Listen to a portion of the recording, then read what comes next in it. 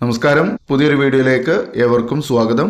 ഇന്നത്തെ ക്ലാസ്സിലൂടെ നമ്മൾ കാണാൻ പോകുന്നത് +2 സോഷ്യോളജി പരീക്ഷയ്ക്ക് നിർബന്ധമായിട്ടും പഠിച്ചു പോകേണ്ട 8 മാർക്കിൻ്റെ ചോദ്യങ്ങളും അതിൻ്റെ ഉത്തരങ്ങളുമാണ്. +2 എക്സാം, സോഷ്യോളജിയുടെ എക്സാം ഈ അടുത്ത് തന്നെയാണ് നടക്കാൻ പോകുന്നത്. മാർച്ച് 1-ാം തീയതിയാണ്. അപ്പോൾ അതുമായി ബന്ധപ്പെട്ട് എല്ലാ കുട്ടികളും അറിഞ്ഞിരിക്കേണ്ട എസ് എ ആണ്. 8 മാർക്കിൻ്റെ എസ് എ ക്വസ്റ്റ്യൻ ആണ്. നമ്മളിവിടെ ഒരു 6 ചോദ്യങ്ങളാണ് പറയുന്നത്. ആ ചോദ്യങ്ങളും അതിൻ്റെ ഉത്തരങ്ങളും ഉൾപ്പെടുത്താൻ മാക്സിമം ശ്രമിക്കുന്നുണ്ട്. അപ്പോൾ എല്ലാവരും മുഴുവനായിട്ടും നമ്മുടെ ഈ ഒരു വീഡിയോ കാണുകയും അതിന് നിങ്ങളുടെ അഭിപ്രായം രേഖപ്പെടുത്തുകയും ചെയ്യുക. ഈ ഒരു ക്ലാസ് തുല്യത പഠിതാക്കൾക്കും ഉപകാരപ്പെടുന്നതാണ്. +2 തുല്യത പരീക്ഷ എഴുതുന്ന, സോഷ്യോളജി പരീക്ഷയ്ക്ക് വേണ്ടി കാത്തിരിക്കുന്ന തുല്യത പഠിതാക്കൾക്കും ഈ ഒരു ക്ലാസ് ഉപകാരപ്പെടുന്നതാണ്. നിർബന്ധമായിട്ടും അവരും ഈ ക്ലാസ് കാണുക. നോക്കാം. ഒന്നാമത്തെ ചോദ്യം നമ്മൾ ഉൾപ്പെടുത്തിയിരിക്കുന്നത് മാൽത്തൂസിയൻ തിയറി ഓഫ് പോപ്പുലേഷൻ എന്നുള്ളതാണ്. മാൽത്തൂസിയൻ തിയറി ഓഫ് പോപ്പുലേഷൻ, അതായത് മാൽത്തൂസിയൻ്റെ സിദ്ധാന്തം, ജനസംഖ്യാ സിദ്ധാന്തമാണ്. ഇത് ചാപ്റ്റർ 2-ലാണ് വരുന്നത്. വളരെ ഇമ്പോർട്ടൻ്റ് ആയിട്ടുള്ളൊരു ചോദ്യമാണ് മാൽത്തൂസിയൻ തിയറി ഓഫ് പോപ്പുലേഷൻ. രണ്ടാമത്തെ ചോദ്യം വരുന്നത് ഡിക്ലൈനിങ് സെക്സ് റേഷ്യോ എന്നുള്ളതാണ്. ഇതും ചാപ്റ്റർ 2-ൽ തന്നെയുള്ളതാണ്. ക്ഷയിച്ചുകൊണ്ടിരിക്കുന്ന ലിംഗാനുപാതം എന്നതാണ് അതിൻ്റെ Malayalam. Declining sex ratio chapter 2-ലേതാണ്. മൂന്നാമത്തെ ഒരു എസ് എ ക്വസ്റ്റ്യൻ ആണ് ഫീച്ചേഴ്സ് ഓഫ് കാസ്റ്റ്, ജാതിയുടെ സവിശേഷതകളാണ്. അത് ചാപ്റ്റർ 3-ലാണ് വരുന്നത്. ജാതിയുടെ സവിശേഷതകൾ, ഫീച്ചർ ഓഫ് കാസ്റ്റ്. നാലാമത്തെ ചോദ്യം green revolution and its consequences ആണ്. Green revolution and its consequences, ഹരിത വിപ്ലവവും അതിൻ്റെ പ്രത്യാഘാതങ്ങളും. അത് ചാപ്റ്റർ 4-ലേതാണ്. Green revolution and its consequences chapter 4. അത് പാർട്ട് ബി ആണ്. 2 ബുക്കാണ് നമുക്ക് പഠിക്കാനുള്ളത്. അത് പാർട്ട് ബിയിലെ ചാപ്റ്റർ 4-ലാണ് വരുന്നത്. അതുപോലെ അഞ്ചാമതൊരു ചോദ്യം ഫീച്ചേഴ്സ് ഓഫ് സോഷ്യൽ മൂവ്മെൻറ്റ്സ് ആണ്. സാമൂഹ്യ പ്രസ്ഥാനങ്ങളും അതിൻ്റെ സവിശേഷതകളുമാണ്. സാമൂഹ്യ പ്രസ്ഥാനങ്ങളുടെ സവിശേഷതകളാണ് ഫീച്ചേഴ്സ് ഓഫ് സോഷ്യൽ മൂവ്മെൻറ്റ്സ്. ആറാമത്തേത് തിയറീസ് ഓഫ് സോഷ്യൽ മൂവ്മെൻറ്റ്സ് ആണ്. സാമൂഹ്യ പ്രസ്ഥാനങ്ങളെ പറ്റിയുള്ള സിദ്ധാന്തങ്ങൾ. ഇത് വരുന്നത് ചാപ്റ്റർ 8-ലാണ്. ഈ 2 ചോദ്യങ്ങളും, അഞ്ചാമത്തെ ചോദ്യവും 6-ാമത്തെ ചോദ്യവും ചാപ്റ്റർ 8-ലാണ്. പാർട്ട് ബി ചാപ്റ്റർ 8-ആണ് വരുന്നത്. അപ്പോൾ ഇവിടെ നമ്മൾ സോഷ്യോളജി +2-ന് വേണ്ടിയിട്ട് 6 എസ് എ ക്വസ്റ്റ്യൻസ് ആണ് ഇമ്പോർട്ടൻ്റ് ആയിട്ട് പറയുന്നത്. ഇതിൽ നിന്ന് മാത്രമാണ് നിങ്ങൾക്ക് ചോദ്യം ഉണ്ടാവുക. എസ് എ ക്വസ്റ്റ്യൻ ഇതിൽ നിന്ന് മാത്രമേ ഉണ്ടാവുള്ളൂ. ഇവിടെ ഈ ഒരു 6 ചോദ്യങ്ങളുടെ ഉത്തരങ്ങൾ പഠിച്ചു കഴിഞ്ഞാൽ നിങ്ങൾക്ക് 16 മാർക്ക് നേടാൻ സാധിക്കും. ഷുവറായിട്ടും നേടാൻ സാധിക്കും. അപ്പോൾ നമുക്ക് ഒന്നാമത്തെ ചോദ്യം മാൽത്തൂസിയൻ തിയറി ഓഫ് പോപ്പുലേഷൻ, അതായത് മാൽത്തൂസിയൻ്റെ സിദ്ധാന്തം, ജനസംഖ്യാ സിദ്ധാന്തത്തെക്കുറിച്ചാണ് നമുക്ക് ആദ്യം നമ്മൾ പഠിക്കാൻ പോകുന്നത്. വരുന്ന ചോദ്യങ്ങൾ ഏതൊക്കെ ചാപ്റ്ററാണെന്നാണ് ആദ്യം പറഞ്ഞത്. ഇനി ഓരോ ചോദ്യങ്ങൾക്കും അതിൻ്റെ ഉത്തരങ്ങൾ എങ്ങനെയെന്ന് നോക്കാം. ജനസംഖ്യ വർധനവിനെ കുറിച്ചുള്ള മാൽത്തൂസിയൻ സിദ്ധാന്തം, അതാണ് ഇതിൻ്റെ ഹെഡിങ് വരുന്നത്. ജനസംഖ്യ വർധനവിനെ കുറിച്ചുള്ള മാൽത്തൂസിയൻ സിദ്ധാന്തം.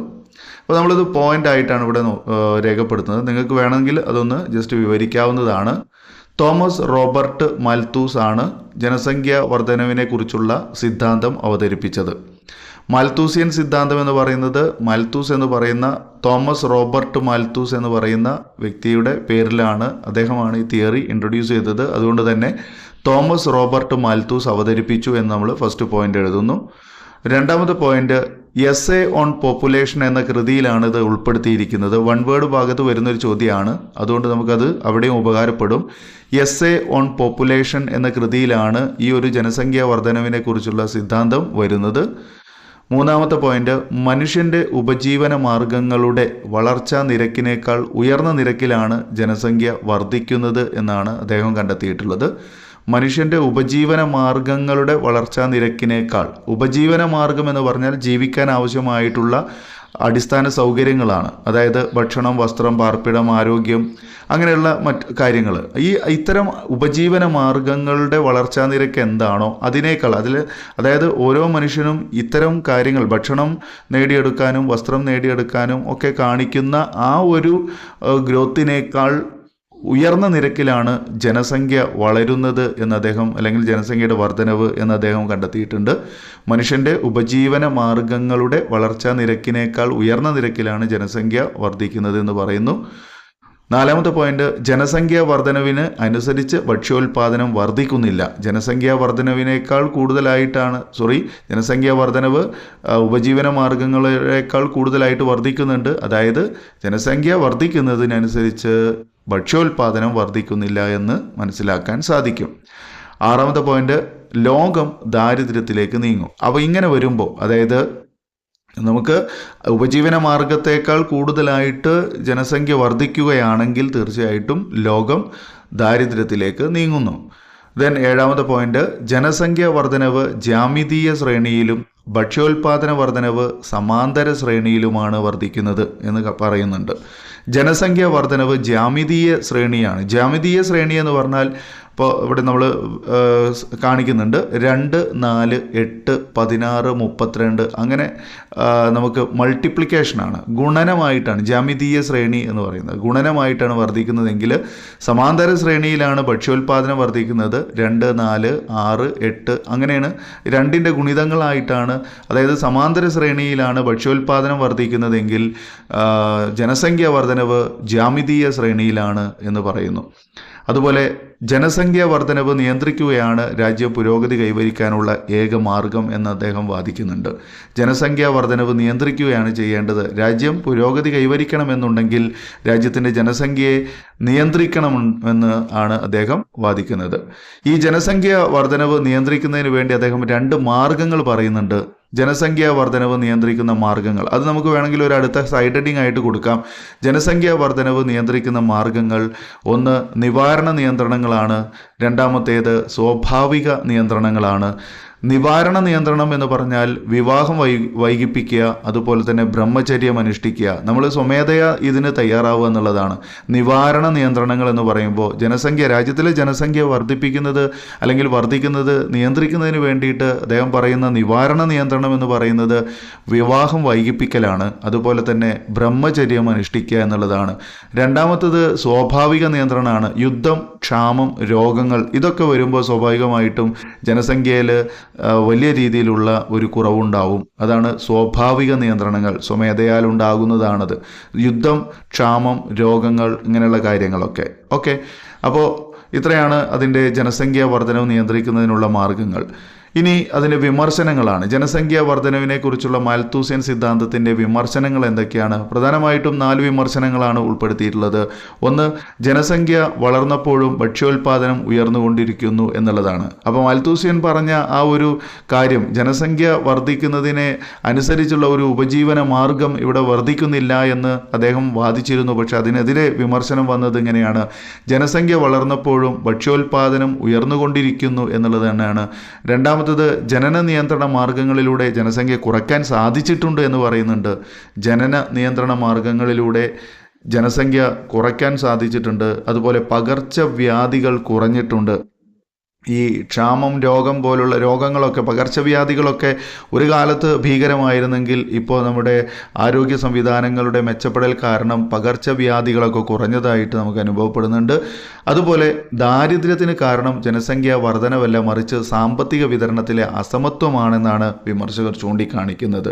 ദാരിദ്ര്യം ഉണ്ടാവുന്നത് ജനസംഖ്യാ വർധനവ് കൊണ്ടല്ല എന്നാണ് പറയുന്നത്, സാമ്പത്തിക വിതരണത്തിലെ അസമത്വം കൊണ്ടാണ്. ഓക്കെ, അപ്പോൾ വ്യക്തികൾക്കിടയിൽ ഉള്ള സാമ്പത്തിക അസമത്വം കൊണ്ടാണ് രാജ്യത്തിൽ ദാരിദ്ര്യം ഉണ്ടാകുന്നത് എന്ന് ഇവിടെ വിമർശകർ വാദിക്കുന്നു. അപ്പോൾ പ്രധാനപ്പെട്ട വിമർശനം 1, ജനസംഖ്യ വളരുമ്പോഴും ഭക്ഷ്യോൽപാദനം ഉയർന്നുകൊണ്ടിരിക്കുന്നുണ്ട്. അദ്ദേഹം വാദിച്ചത് ജനസംഖ്യ വളരുന്നതിനനുസരിച്ച് ഭക്ഷ്യോൽപാദനം വർദ്ധിക്കുന്നില്ല എന്നായിരുന്നു. അതുപോലെ ജനന നിയന്ത്രണ മാർഗങ്ങളിലൂടെ ജനസംഖ്യ കുറയ്ക്കാൻ സാധിച്ചിട്ടുണ്ട്. അതുപോലെ പകർച്ചവ്യാധികൾ കുറഞ്ഞിട്ടുണ്ട്. അതുപോലെ ദാരിദ്ര്യത്തിനുള്ള കാരണം ജനസംഖ്യാ വർധനവല്ല, മറിച്ച് സാമ്പത്തിക വിതരണത്തിലെ അസമത്വമാണെന്ന് അദ്ദേഹം വാദിക്കുന്നു. ഇപ്പോൾ ഇത്രയും എഴുതിയാൽ നമുക്ക് ജനസംഖ്യാ വർധനവിനെ കുറിച്ചുള്ള മാൽത്തൂസ്യൻ സിദ്ധാന്തമാകും. മാൽത്തൂസ്യൻ തിയറി ഓഫ് പോപ്പുലേഷൻ എന്നുള്ളതിൻ്റെ ആൻസറാണ് ഇത്രയും നമ്മൾ പറഞ്ഞിട്ടുള്ളത്. ഓക്കെ, ഈ കാര്യം നിങ്ങൾക്ക് മനസ്സിലായി എന്ന് കരുതുന്നു. ഇത് കൃത്യമായിട്ട് പഠിക്കാൻ പറ്റുമെന്ന് വിശ്വസിക്കുന്നു. ഇത്ര പഠിച്ചാൽ മതി, അതായത് എളുപ്പമാണ്. ഓക്കെ, ചെറുതായിട്ട് പഠിക്കുക എന്നുള്ളതാണ് ഉദ്ദേശിക്കുന്നത്. ഇനി രണ്ടാമത്തെ ഒരു ഭാഗമെന്ന് പറയുന്നത് ഡിക്ലൈനിങ് സെക്സ് റേഷ്യോ എന്നുള്ളതാണ്. ലിംഗാനുപാതത്തിലെ താഴ്ചയാണ്. ഇതൊരു ചെറിയൊരു ടോപ്പിക്കാണ്. ലിംഗാനുപാതത്തിലെ താഴ്ച എന്ന് പറയുന്നത് ക്ഷയിച്ചുകൊണ്ടിരിക്കുന്ന ലിംഗാനുപാതം അഥവാ ശിശു ലിംഗാനുപാതത്തിലെ താഴ്ച എന്നുള്ളതാണ്. അപ്പോൾ എങ്ങനെയാണ് ലിംഗാനുപാതം കുറവുണ്ടാകുന്നത്, ഇന്ത്യയിലെ ജനസംഖ്യയുടെ പ്രായഘടന എങ്ങനെയാണ്, അതൊന്ന് മനസ്സിലാക്കിയിട്ട് നമുക്ക് ഈ ലിംഗാനുപാതത്തിലെ താഴ്ചയിലേക്ക് വരാം. ഇന്ത്യയുടെ ജനസംഖ്യയുടെ പ്രായഘടന, ഇന്ത്യയിലെ ഭൂരിഭാഗം ജനങ്ങളും യുവാക്കളാണ്. ഇന്ത്യയിലെ ശരാശരി പ്രായം മറ്റ് രാജ്യങ്ങളെ അപേക്ഷിച്ച് വളരെ കുറവാണ്. അതായത് മറ്റു രാജ്യങ്ങളുമായിട്ട് ഇന്ത്യയിലെ ജനങ്ങളുടെ പ്രായഘടന കമ്പയർ ചെയ്യുമ്പോൾ ശരാശരി പ്രായം മറ്റു രാജ്യങ്ങളെ അപേക്ഷിച്ച് വളരെ കുറവാണ്. ഇന്ത്യയിലെ ഭൂരിഭാഗം ജനങ്ങളും യുവാക്കളാണ്. ഇത് ഇന്ത്യക്ക് നേട്ടമാണ്. കാരണം ഏതൊരു രാജ്യത്തിനും യുവാക്കളാണ് ആ രാജ്യത്തിൻ്റെ സാമ്പത്തിക ഭദ്രതയ്ക്ക് അല്ലെങ്കിൽ രാജ്യത്തിൻ്റെ സാമ്പത്തിക നേട്ടത്തിന് ഊന്നൽ അല്ലെങ്കിൽ അതിന് താങ്ങായി നിൽക്കുന്നത് ആരാണ്? യുവാക്കളാണ്. അപ്പോൾ അത് ഇന്ത്യയെ സംബന്ധിച്ച് ഒരു നേട്ടമാണെന്നാണ് കണക്കാക്കപ്പെടുന്നത്. ഇന്ത്യയിൽ ആശ്രിതർ കുറവും ജോലി ചെയ്യാൻ കഴിവുള്ളവർ കൂടുതലുമാണെന്നുള്ളതാണ് കണ്ടെത്തൽ. ഓക്കെ, അപ്പോൾ ശിശുലിംഗാനുപാതത്തിലെ താഴ്ചയിലേക്ക് വരുമ്പോൾ 2011 സെൻസസ് പ്രകാരം 1000 പുരുഷന്മാർക്ക് 940 സ്ത്രീകളാണ്.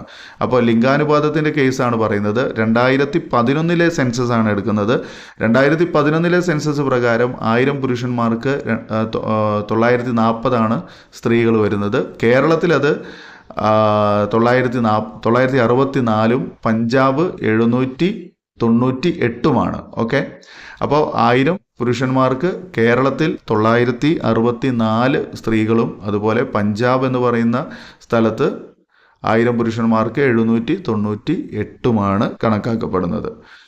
ഏറ്റവും ഉയർന്ന ശിശുലിംഗാനുപാതം സിക്കിമിലാണ്. 986 സ്ത്രീകളാണ്. ഏറ്റവും ഉയർന്ന ശിശുലിംഗാനുപാതം സിക്കിമിലാണ്. 986 സ്ത്രീകളാണ്. ഈ ലിംഗാനുപാതം കുറയുന്നതിനുള്ള പ്രധാനപ്പെട്ട കാരണങ്ങൾ പറയുന്നത് മാതൃമരണങ്ങളാണ്. ഒന്ന്, മാതൃമരണങ്ങൾ, മാതാവിൻ്റെ മരണമാണ് ഒന്നാമത്തേതായി പറയുന്നത്. രണ്ടാമത്തേത് പോഷകാഹാരക്കുറവാണ്. മൂന്നാമത്തേത് പെൺകുട്ടികളോടുള്ള അവഗണന. നാലാമത്തേത് സ്ത്രീധന സമ്പ്രദായം. അഞ്ചാമത്തേത് പെൺഭ്രൂണഹത്യ. ആറാമത്തേത് മതപരമായ വിശ്വാസങ്ങൾ. ഏഴാമത്തേത് ഗ്രാമനഗര വ്യത്യാസങ്ങൾ. അപ്പോൾ പ്രധാനപ്പെട്ട ചില കാരണങ്ങളാണ് പറഞ്ഞിട്ടുള്ളത്. ലിംഗാനുപാതം കുറയുന്നതിനുള്ള പ്രധാനപ്പെട്ട കാരണങ്ങൾ ഏതൊക്കെയാണ്? ഒന്ന്, മാതൃമരണങ്ങളാണ്. മാതാവിൻ്റെ മരണം, അതായത് ശിശുവിന് ജന്മം കൊടുക്കുന്നതോടൊപ്പം തന്നെ മാതാവും മരിക്കുക എന്നുള്ളതാണ് മാതൃമരണം. അതുപോലെ തന്നെ പോഷകാഹാരക്കുറവ്, അല്ലേ? പോഷകം നിറഞ്ഞിട്ടുള്ള ഭക്ഷണം കഴിക്കുന്നതിൽ നമ്മൾ ഭക്ഷണം കഴിക്കുന്നുണ്ട്, പക്ഷെ നമ്മൾ പോഷകാഹാരമല്ല കഴിക്കുന്നത് എന്നുള്ളതാണ് മറ്റൊരു പ്രധാനപ്പെട്ട കാരണം. പിന്നെ പെൺകുട്ടികളോടുള്ള അവഗണനയാണ്. നമ്മൾ എത്രത്തോളം സമത്വത്തിന് വേണ്ടി വാദിക്കുന്നുണ്ടെങ്കിലും, സ്ത്രീ പുരുഷ സമത്വത്തിന് വേണ്ടി വാദിക്കുന്നുണ്ടെങ്കിലും പലയിടങ്ങളിലും ഇപ്പോഴും പെൺകുട്ടികളോടുള്ള അവഗണന നിലനിൽക്കുന്നു. അത് ലിംഗാനുപാതം കുറയുന്നതിന് കാരണമാകും. അതായത് ആൺകുട്ടികളോടുള്ള താല്പര്യം, അതാണ് പെൺകുട്ടികളോടുള്ള അവഗണന.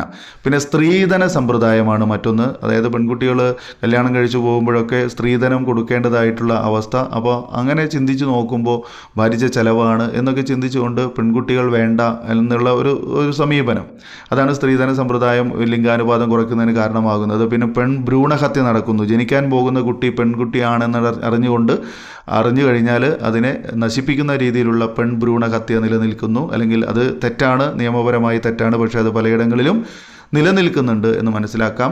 അതുപോലെ മതപരമായ വിശ്വാസങ്ങൾ, ഓക്കെ, ഓരോ മതത്തിൻ്റെയും അതിൻ്റെതായിട്ടുള്ള രീതിയിൽ ഇവിടെ ലിംഗാനുപാതം കുറയ്ക്കാൻ കാരണമാകുന്നുണ്ട്. അതായത് പെൺകുട്ടികളോടുള്ള അവഗണന തന്നെയാണ് നിലനിൽക്കുന്നത്. പിന്നെ ഗ്രാമങ്ങളിലും നഗരങ്ങളിലും ഈ ലിംഗാനുപാതത്തിൽ വ്യത്യാസം നിലനിൽക്കുന്നുണ്ട്. അപ്പോൾ ഇത്രയും കാരണങ്ങൾ ലിംഗാനുപാതത്തിലെ താഴ്ചയ്ക്ക് കാരണമാകുന്നുണ്ട്. ഇതൊരു ചെറിയ ടോപ്പിക്കാണ്. ഇതെങ്ങനെ എസ്സെ വരും എന്നുള്ളതാണ് സംശയം. എന്തായാലും എസ്സെ വന്നില്ലെങ്കിൽ ഒരു 5 മാർക്കിൻ്റെ ചോദ്യമായിട്ടൊക്കെ ഇവിടെ പ്രതീക്ഷിക്കാവുന്നതാണ് ഡിക്ലൈനിങ് സെക്സ് റേഷ്യോ എന്നുള്ളത്. ഓക്കെ, ഇനിയിപ്പോൾ അത് ചോദിക്കുകയാണെങ്കിൽ തന്നെ നിങ്ങൾ ഇന്ത്യൻ ജനസംഖ്യയുടെ പ്രായഘടന മുതൽ അങ്ങോട്ട് എഴുതി വയ്ക്കുക. അപ്പോൾ നിങ്ങൾ ചോദിക്കും ഇത് പോയിന്റ് മാത്രം മതിയോ, വിവരിക്കുന്ന മാക്സിമം നമുക്ക് എല്ലാ ആൻസറിലും പോയിൻ്റാണ് ആവശ്യം. അപ്പോൾ പോയിന്റ് തന്നെ മതി എന്നുള്ളതാണ് നമ്മൾ ഉദ്ദേശിക്കുന്നത്. ഇനി നിങ്ങൾക്ക് വിവരിക്കണം എന്നുണ്ടെങ്കിൽ നിങ്ങളുടെ ടെക്സ്റ്റ് ബുക്കോ നിങ്ങളുടെ ക്ലാസ്സിലെ നോട്ട് ബുക്കോ നോക്കിയിട്ട് അത് കൃത്യമായിട്ട് മനസ്സിലാക്കുക. ഓക്കെ, അപ്പോൾ ഈ വീഡിയോ നിങ്ങൾക്ക് ഉപകാരപ്പെടുമെന്ന് വിശ്വസിക്കുന്നു. തീർച്ചയായും ഉപകാരപ്പെടുകയാണെങ്കിൽ എല്ലാവർക്കും ഒന്ന് ഷെയർ ചെയ്യാൻ മറക്കരുത്. അതുപോലെ തന്നെ ആദ്യമായി കാണുന്നവർ നമ്മുടെ ചാനൽ ഒന്ന് സബ്സ്ക്രൈബ് ചെയ്യുക. തൊട്ടടുത്ത് കാണുന്ന ബെല്ലൈക്കൺ കൂടി എനേബിൾ ചെയ്ത് വയ്ക്കുക. പുതിയ വീഡിയോസൊക്കെ നിങ്ങൾക്ക് നോട്ടിഫിക്കേഷനായി കിട്ടും. പിന്നെ എല്ലാവരും ലൈക്ക് ചെയ്യാനും കൂടി ഓർമ്മപ്പെടുത്തുന്നു, മറക്കാതിരിക്കുക. ഓക്കെ, ഇനി നമുക്ക് വീണ്ടും പുതിയൊരു ടോപ്പിക്കുമായി പുതിയ വീഡിയോയിൽ കാണാം. ഈ വീഡിയോ കണ്ടിരുന്ന എല്ലാവർക്കും നന്ദി. Thanks for watching.